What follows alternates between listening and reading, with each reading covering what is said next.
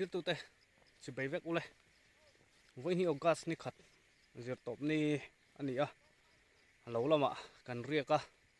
chuan pathian mal som na te kan donga nu hram te kan lo thau zo veta a chuan voin chu nu hram tho zo lom nan thanglai lung tho ma phul pui zau kan phang don ani a hlalam thil tu te khongai takin ka channel te min lo like sak ula min lo share sak ula min lo subscribe lo te pon khongai takin min lo subscribe sak theu do nia in khongai da karon deal ani e voin nia chuan so mi kan ma zona mual song lai su kan kalna tura ni dona chon song lai thlam lang ho so kan phang kwal dona chon a thenin lawan lo thlau to a then thama thingpui inin an la chol boka naupang exam chol lai ani a school chol lai ni a naupang re kan tam khop mai kan phang kwal dona ni kan kal zelang helaya thlam hi puar lal sang solate thlam ani a thama khun naupang an oma opf fa te nguri fa te an nia pu te thama an lo om ani hi heng la hi puar lal sang zolate lo ania thakop mai bu an nei thakop mai a thlai an nei tha vai mi man nei tha boka chon mal somna lo dong thur sela du sakna kan hlana bule bala mal somna lo dong sela krisel na konga po mal somna lo dong ro se ti in du sakna kan hlana ni e hei kong sak lampang hi an lo ani boka vai mi an nei thakop mai boka chon ko khut akon te boi te u naw an lo om boka lai u hi min pau pe khop mai kan hoi le tang khi ta khi puar lal sang zol te thlam kan ti khani a ti chuan a pi so ta bu sing tu cham thatu mai so pusi van dai lova village council vice president te lo ani ve thunga so ani po bu an nei thakop mai hei henglai po bu atha amoi le mai hei hi pusi lal ma chuan te thlam ania kan lut chawanga an la bung lova thingpui han lo la ina kan lut chau chinang nei ani po bun nei thakop mai don fo an lo nei ni hi kan lutanga kan ei lokang don fo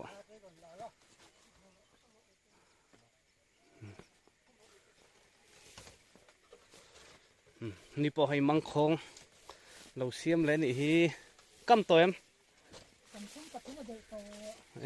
som thum pathum del to sajui vai nem to don big ve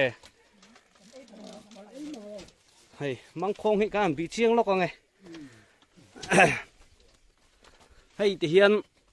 mi da ban pin na hian akwa an siama ti chuan hay phelsep toite te in ti hian an hung pheya thingleng tokin ti chuan a hnuai hian sajura turin han da to a hei mul te phelsep te thingkor te an da thina ti chuan hei hela hi azang si ani ti hian a del peranga saju kha del don ani thlam kan lut phayanga ton fo han lo ai ni hi ti chuani nei tunu uma puya samu vai mani apa siron podro ka tiaron po tum dewa an lo nei le chi lo a hei ton fo an ei lo ko nge tuing mo tang hei emi bye bye rồi le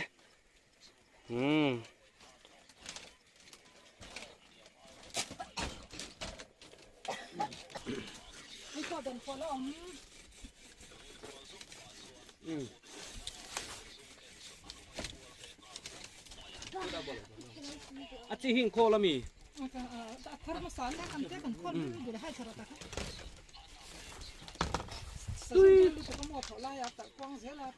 túi khóc máy khép khép ở hay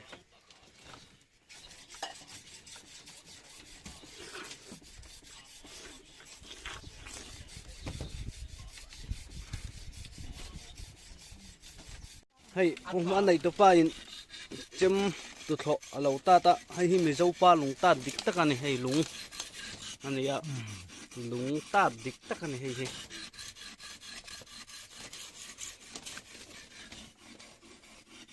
ta thì rát này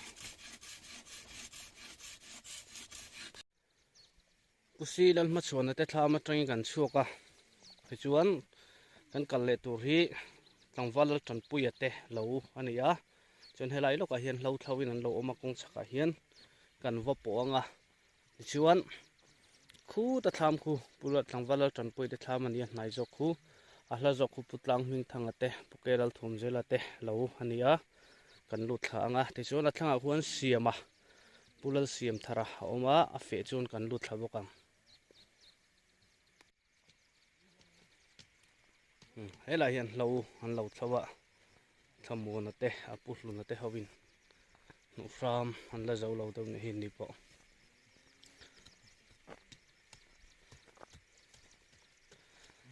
va thok na sawe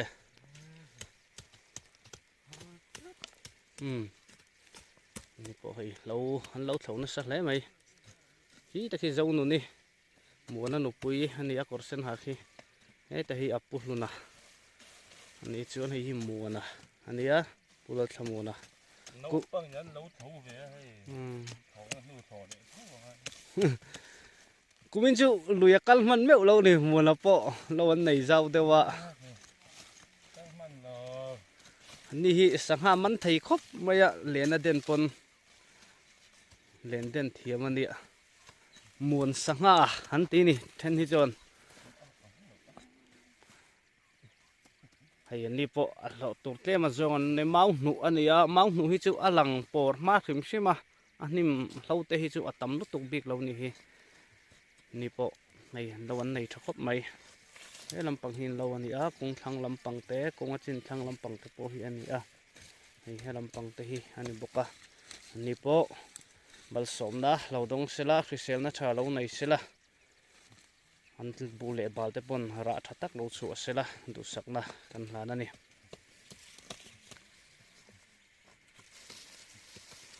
tham kan lut thadon hnaya tichon hei tham ko ta hian zam zote nuai thang kan ti te alo para amoi hle mai kan bi chiang chinanga kan an chiang china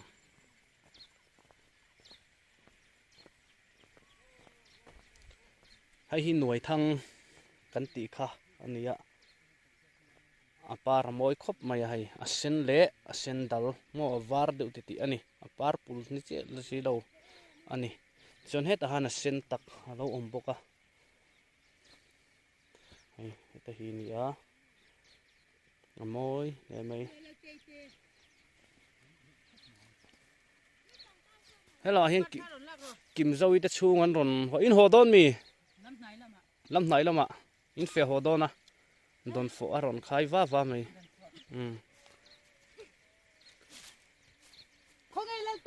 he ta hi an pa ania fanu ni boka helama hian pangpar nuai thang kan ti kha hei helama hi par pul mo kan ti ang chi kha hei thala kai chuna lang sen khop maya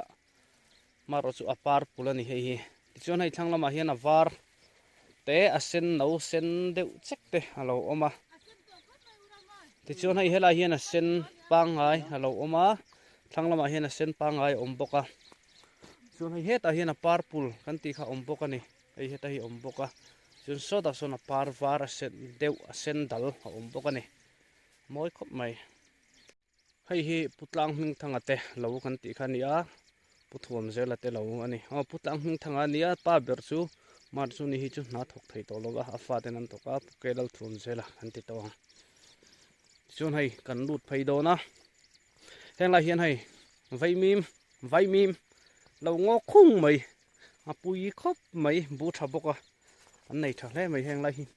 nu khra man da thlo lo ni hi mau nu te po lo om ani hi hei lo ru fur to mai a hei vai mim an nei tha hle mai ti chon thama son kan lut phei chinanga an om lo moni o katia an bung to nge ni kan lut phei chinanga hei a thangang mai heng la hi an tilang ku chinang ti hian mu nom ngang mai ti hian chon thama son kan lut phai anga an bun na hmuna kan kal don ngai ka hrelowa an lut phei photang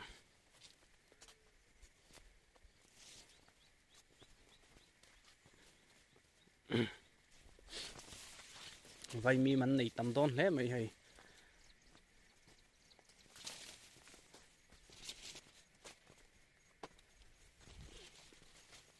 thama an lo lova a ruaka kan lut chin photang hei an thlam ani piram loi de thlam an ni po mutbun lo in tel fel nei son ho don ni me chuna hei an thuk ani ya lung len thak le mai hei no en tu te tan e solar an nei thale mai ya so han ni chu charge na phone charge na an nei thaboka hei apoi mo khop mai ram riana chon tun lai chon phone hi apoi mo to em mai ya hei chu vain phone charge na an nei thakop mai lomom khop mai hei an mut na ania thlam an ni pon nam pu ka chon hemi nam thak sir kan ti hi thlang lampang hi hian an do zom boka thakop mai chon hei heta hian tal khuang alo omani hi hei hi tal khuang ani hei hi tal khuang o tam tak hi chon se to long mai thei alien lem lawa tal khuang ani chon hei heng lai hi an tho ma ani a ma thakop mai bule bal an nei tha a an ni po pathian mal som na lo dong sela lo hrisel sela ara te seng chuk thei turin dam na tha hrisel na tha nei sela zuwai na ni po zangai sela ma tam tak lo thar ro se tin du sakna kan hlana ni ti chuan khulai lak khunin ka sia anom na i solai thing lian deuh din na bul lok sonia kan phei chinang anom nge om lo tal khuang kan ti kha ni han wo chinang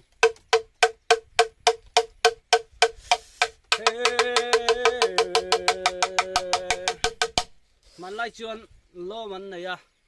ti chuan chuna a lom nu ten bei an suang thina ti chuan bei an suang min to chafa ka hune an tia ti chuan hei hi an vo thina ti chuan bei suang min to ti in an ron kal thina o chu mi ko na chu an mang thina ni bung ka vok ke vek ton moni hei lai piram loite bun na hun kan thleng thlato a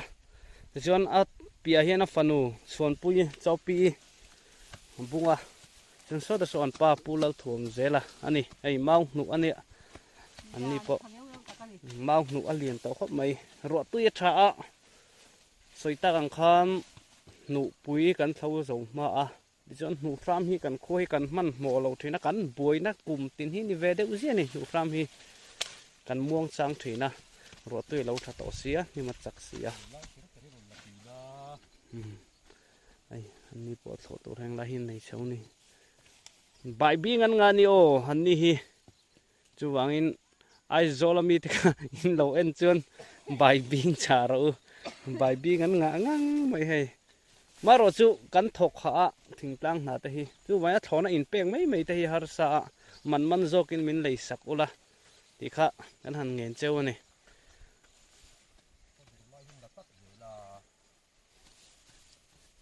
chopi hello khoi yom lo tik tat mày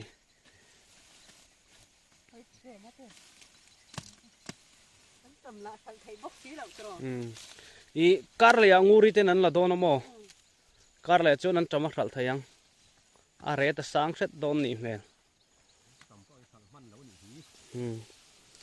nei ma sakhan hein lo hlui tho to ro chuan bu kha phureng jang e ja sunga min thar kha za somli in nga ber tu ro kha mi nei ma sakhan kan khuwa o nei ma sakhe mi ram nei ma sakhen phul pui nei ma sakhian an ni en helai mun tho hi an nei a bu phur za somli an nei a tang rama chuan anga ber an ni za somli an nei a ei kum nan lo hlui an nei ma ro chu nei ma sakan wa ang han wat phalo de win ka sia em ma ro chu tlem te ba kan pe do ani nei ma sa mi yang vel tho ani mela chu wangin kumin po a thatura nga jila mi po nei ma sak ain lo thar tam te se ara te lo tha sela vui te lo tha sela zu vain za lo ngai sela tro lo thar te ura u pulal thuam zelate lo train kan chuk thla a jon khu lai khon tham lo lang pakhata oma khu pulal siam thara lo ania chuan kan chuk la chinang kholange alo bun o kan shelowa kan en chiang chinang o an lo kan lu thlang kan bi chiang zelang voin chu man mo lo in mong chai kan kaldon lo tin deuh thoi fan kol kan duwa kan kal zelang tuna hian pulal siam thara nge kan ti don tlangwal zok o adik ve turanga ila alo kan thleng thla hei hela hian lo thlawa pamal ani po hei thlo tur langa khop mai maro chu ani po abu a tha a hei marcha anei that mel boka mal somna dong na sa khop maya krisel na tha na ya ni hi sakap thin ani boka tin thing zai thiam em mai ani boka ni ani hi thing zai thiam em a ti chuan sa hi akap ve le zau thin boka ramwak mai ni boka ane palian lawa hamaro chu atum hi ru em mai ni kan veng pa chuan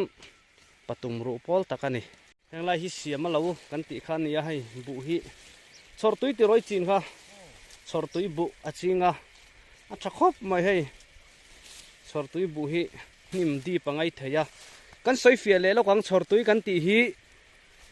changjol te song chortui kol kul kan ti vela chuan mangbu lai an ti thin kha ania chuan he bu hi chortui atanga lak chu ania chuan chumi kan lak chu na ming khuwa choi chuan chortui ti anita a chuan kumina hian chortui ching hi atam zok kan ni dona le rengun te namtu te sam ching te an om nuala tlema zongin hamaro chu kumtin hian atam ber hi chortui bu ching kan ni si ani a hlok em chortui bu hi a that na hmuna chuan chin khat hmuna hian phur zate a thar chu thaya ni chu tiang chuan a peng na sa em mai ni o ram chang ram tha phei chuan zai khat lek hi kung som ni som thuma te a peng dar thaya chu tianga bu peng du em mai chu ania hei heng lai te po hi bu a tawlu tuk lawa han tu hi han bu tu hi a peng na sa to ani a phui vek to maya hei heng lai te po hi chu tiang chu adin mun ani a ram hi a tha a ram chang ni in ka sia helai hi ani po mal som na handong na sa tura ngai la pathian in mal som zelanga ti chuan du sakna sang ber kan hlan ani hei hi upasi vanal fingate lo kan ti kha hei kan theng tha ta der mai dona ti chuan vai mim alo ngo khung mai hei atam khop mai ani hi kumina hian thangai lunga hian lo an nei zau berangem o ti tur khop hiala ni han lo hi azawa bu po an ching tama a ha po an ha chuan ani po hian bu a tha a an thlai te po a tha a khi changkha te berul te po zam mu thaya fangma te po nei thali khi marcha tia ka thaboka ti chuan helai mun hi bu tu lai khan kan kal to boka ti chuan khi lai hian chana an chin te po kha alo chor to ni khi ta khi lo om to a kan en chiang chinanga ti chuan hei khi da ma hen kan kalanga ti chuan khi ta mi khi tham khi ta lang la ber khi puram chana te tham ania khi hopa in kan kal kol ve thungang kan lu chawang o ta khian upasi vanal fingate tham kan thleng so dona ti chuan an lo om lawa thlolai an oma khoilai nge thlolai hi a hian an bun ka shelawa a zau khop mai an lo hi chuwangin ka zong hu zo lova han thlama hen kan lut chawanga ti chuan an om lawa kan kal tlang anga ho lut lo mai a ni poi mang khong dai an lo hunga amang khong an la siam lo ni hi ti chuan a chaka khian tlangwal ar lo ngai zuala te thama nia anaute kita hian lo oma purot moi an tu thlo lo ta thau khop mai kan lut chho china ngai amoi khop mai han ni po he te hian lo han neya a tha khop mai pathian mol somna ndonga ti chuan khi lampang sang lampang khi puthang soyete thama nia lo ania ani po nu thraman zo tep to ni hi kan lut chawang khi po khi angkal dona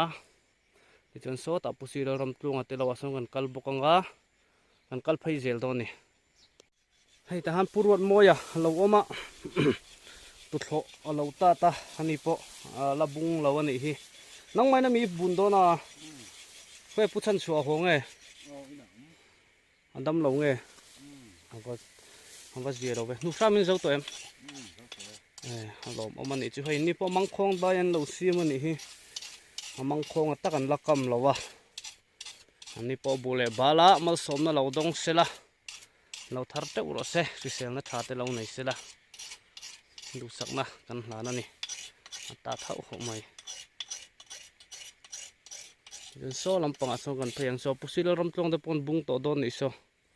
kan lut phayang hay hi pumal som hu te pu thamoi te thlam ania amaro chu anom lova kan lut lawa kan kaltanga pusil ram tung te thlam ason kan phayang om lo chu kan kalkan zelang voin a chon kaltur kan langa sia chon hay a thangang ma heng la hi ya kuama te hiana kuama marcha tha bu tha boka hei hanni po an thar teu don ni hi zuwa in za anga yanga ara te lo thanga lo tha sela asi te hi tam lo sela bu chu lo kan mai amin te hi tha sela o du sakna sang ber kan hla ne hi pusil ram tung ate thlam ania ani po bung turin lein buat sei me ka ti chona chaka khen khi ta khen lo thlo no ma puthang sei te chu ti phoi kan lut chawang pural ram tung ate thlam hi kan lut chaw pot anga chung khi ta hian ni lo ha noi la ma kal phot anga kan lut chaw le zo kang thlam kan thleng chaw do na hei ni po thlaman lo lo mani hi pa berin thing alo tana thing tu tu he ha in ria kan mo thing kha mi kha ava eng te po ve mai thing alo tana he ta hian nu ani nu do te i MHCP president ani thanglai lung branch sa hian MHCP president ni lai ani ni hi VC te po lo ni to ani ya ni hi a fak om khop mai mai hi an pa ni ya ti chon hei chak lampang hi an thlo ma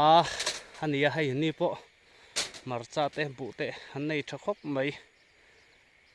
nu ram hin zo in zo tem nu ram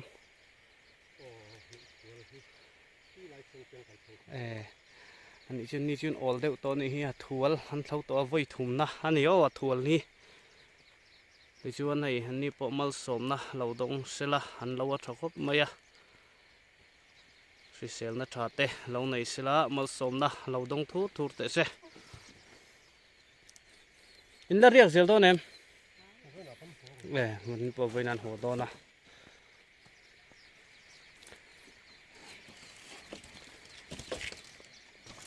India kan ni po hai vai mim han lo nei ve to ni hi bai bing te han nei ya sun hai hela hi an ni po nam thak sir nam puk ne na a sir ve ve te tiang khala ya kha an lo do zuma hai hi an uar thar khom mai kan kho hian he tiang hi tun mai te hian hai hi pu e flal dong ki mate lo ani a nu sha man la thau zo lova ti chuan raman riak lawan ni hi lam hnai lama so thing hmun te an thlo ning kan hria anom lo vain kan lut chho lowanga ti chuan khu ta hon than engi te an oma kan lut thla ang ku rangwa chung rangwa khu than engi ten nia thlang hon pasinga omani thanglai lung khuai kan hausa a singi le singa kan nei ani kan khuwa hian kan hoilet lok anga kan kal to na kha solam pang so ani a ti chuan so ta tlang dunga thlam pa ni oma thlang jok so upasi wanal finga te lo kan ti tham kan ti khani a chuna thlang hi an lo ani a ti chuan hei heta khula ya bag te chung lo lang khu an lo mong lama bag te an sakani an lo dung hi a thui khop mai a ti chuan so ta so na ni a zau khop mai hei an ni po kumin chu bun nga don ani po mal som na lo dong sela krisel na tha lo nei sela lo thok sâu te se du sakna kan hlan ani hei thlam hi ani po hi thlam nei dak thin pol ani pukel ram enga hi thanglai lunga hian anei tha thei khop maya thlam hi a samai mai lo ama hi patrong tam lo ani a patai malu tuk mai ani woi me suai tu hlun ani a ti chuan hei thlam a hian an nu ki than engi alo omang phei kho ron the chuak nal mai kan lut chinang hay lu ka po an nei nuam khop mai dap dap mai à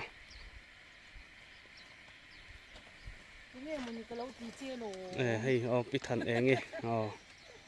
hala bung lawan pa chu abung to a na tu lem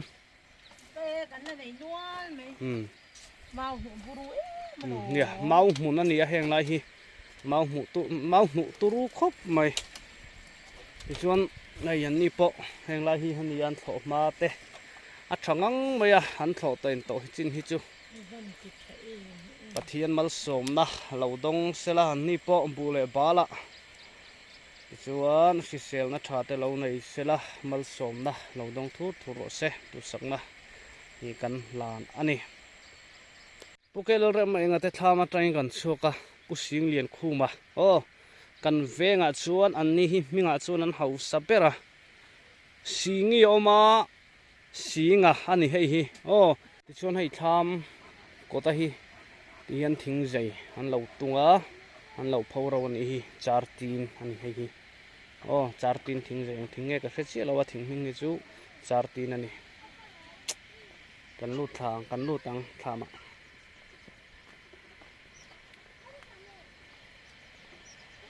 luka a da palong manga ani chu ve thunga tuize ma lo oma heta hen no pangan lo om nual mai rem ate haute in kholte le mami anu mem heta han ruti lo om boka khai bai rồi le khai ayan một na ni po sungin an ria kan hi ana azau khop mai rem ate bai ro le le in ming lo sei ro le bi dal rem liana le next tunge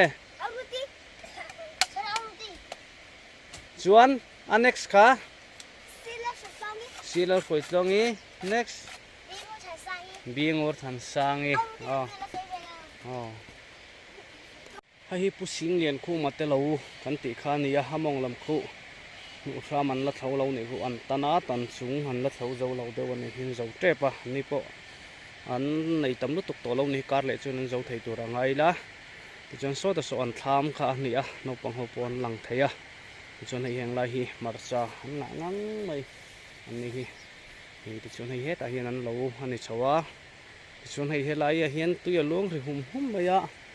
hei khuai lui nar kan ti kha ni a ti chuan a chaka khian leng kir sang zet mai oma hei hi kar le lama tlo kan tum don ani chu kan soilok du a leng kir hi kan bel chiang do na alon chu chho theiam ti te kan ngai to kan en do na ni chu kan tum do na ni veina helan pasing ate kan han po chho to a hei thing o na hi lo thu diai mai an lo chol ani hi khi ta hin fanu bi lal rem ruati oma an pa hi singa ani anu hi sapi ani ani hi abula kan om hi chon saprama kan om tini mai kan om ani mai sabula kan om sapi ani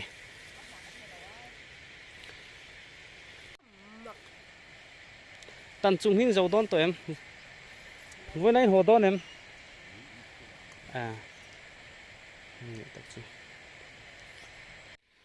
kan hoi le ta ti hian atop kan thleng to a ti chuan kan let anga hei kan kal to na kha ni khi ta mol la ber khi mi a khen kan chho don ani la khop mai a ha thla khop mai ti chuan khi la hian lo thau han lo lo ma pu thang se te an no oma an ni hi kan po chho le photanga ti chuan an thlama tang hin he ta kan lut thanga puram chan te lawa kan lut thang ting tu chun kal kan tum do na ni an chho zel photang khi la hian pu thang se te pa fa hawin lo an lo tlawa khi kan pan chho le anga ti chuan he ta api hian thlam oma pu thang se te thlam kan lut chhawanga ti chuan ta tang hian kan ho phei to kan thlam lam panin kan lut chhawang kan thleng chho ta helai hian pu thang se te chungin lo an lo thlawa tang walal pol lian po Khay ruling lampang kan mutat maya hela hian hey ruling lampang in lo an lo thau tat maya va sia lo ve o ruling lai jon lo tho lo tur sin kan po chho chinanga an nei tha khop mai hei lo an nei tha an ni po marcha tha bu tha mal som na lo dong sela hei ni po lo tho tur an la nei tam ve khop mai mau nu ania ni tul hi lang sar em ni mau nu chuan o kan po chawang pa ber hi kom na kan nei ang tang walal pol liana ania ZPM unit thang lai lunga hian engei ni na kha assistant secretary mi kha ania ti chuan hei ta achakami hi lom chunga hanaw ania ki ta hi apa pu thang se ya ani an bu hi mau mun ania an bu hi trau tam lu tuk lawa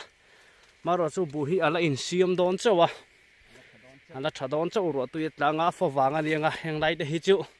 ala phui mup mayang hetiang hi bu vuye ro duwa trau tem deuh in siam peng hi an lo hi a har lu tuk lawa ni hi an ni po an tho da na tang hian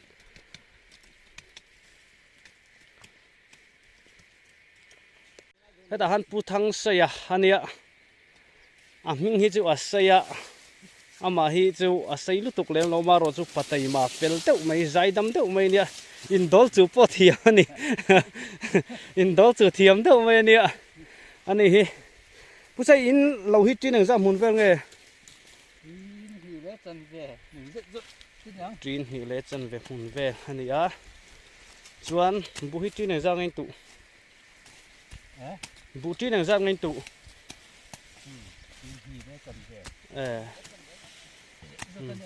ani tak chu hin nei zau le maya nang ni po mal som na lo dong ula lo thar teu ro wo le khalome ke po le pu thang se te tham kan ti kha ania hei luka nei zau khop mai ma ro chu an luka hi thang lama oi tha ni hi hei en reng reng hin riata tham chuat le luka hi ein hnim hlei chulai chu kapung hal chat mai chuan hei an ni pon lo kol tuk thla pa tham kan nu tang chuan hei luka hi an nei zau ngang maya hei hlam ni don ani an luka hi an nuam ngang mai hei chu polte slipper ani ma slipper ani polte ta chuan hei an ni pon lo riaka thlama kan lu ta chuan hei an ni po ti hian ani hei an tham ani a chuan so lai son lo tho na lai kha ania so lo thon thlowa so ni pon lang ani hi chuan khi lampang hi an lo ania a thalam min ti lan sak lo an tia a thalam kan thleng chho ta lo mai ani an ni po bu le bala mal som na lo dong thu ro se risel na tha lo nei sila pathian mal som na kong tin reng in lo dong ro se du sak na kan hlan ani khi puram chanate lo kan ti khania puram chana hi ralte colony ania ralte colony tik tak ani kan lut chawang chon ai nge mani khi han oma kan lut chawanga ngen ti kan an chung china hi puram chanate lo kan ti kha ania hei bai bing pon ni pon nei nual ani hi an bu atha to khop mai hei hi nu pui tho lai hang kan kal to a voi khat kha hi ka channel ma sa khan kan tilang to a lo tha to khop mai hei kan kal lo karin a lo rei ve da ta lek boka tha ni do na lo ni ve ta a tha ta le mai ani po mal som na lo dong sela bule bala lo thar teu ro se du sang na kan hlan ani marcha po an nei tha hei